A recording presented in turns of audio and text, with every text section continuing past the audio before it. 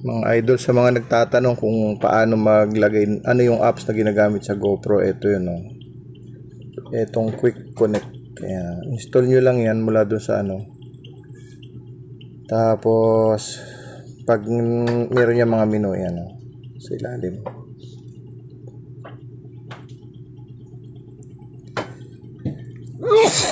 Excuse. Tapos buhayin lang muna natin yung camera kasi wala pa siyang, hindi pa siya nakabuhay. Ayan, buhayin lang muna natin sa gilid para ma-power on. Ayan.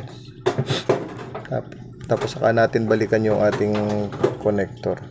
Ayan, so makikita nyo magko-connect na. Tapos ito na yung tsura.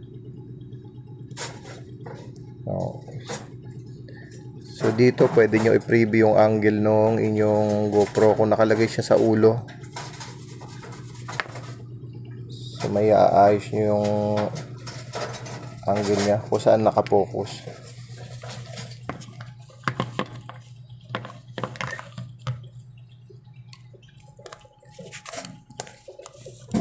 Pwede nyo i-preview.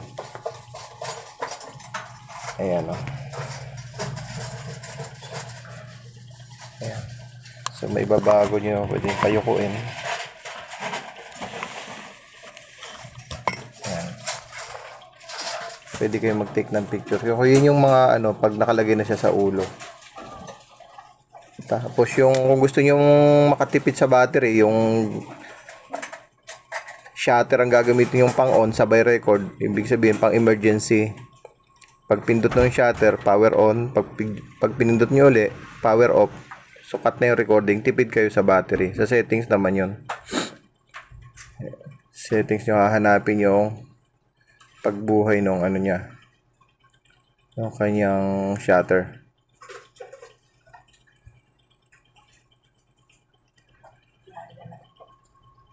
Sa settings pala ng camera, ano? Pagka pinindot nyo sa camera,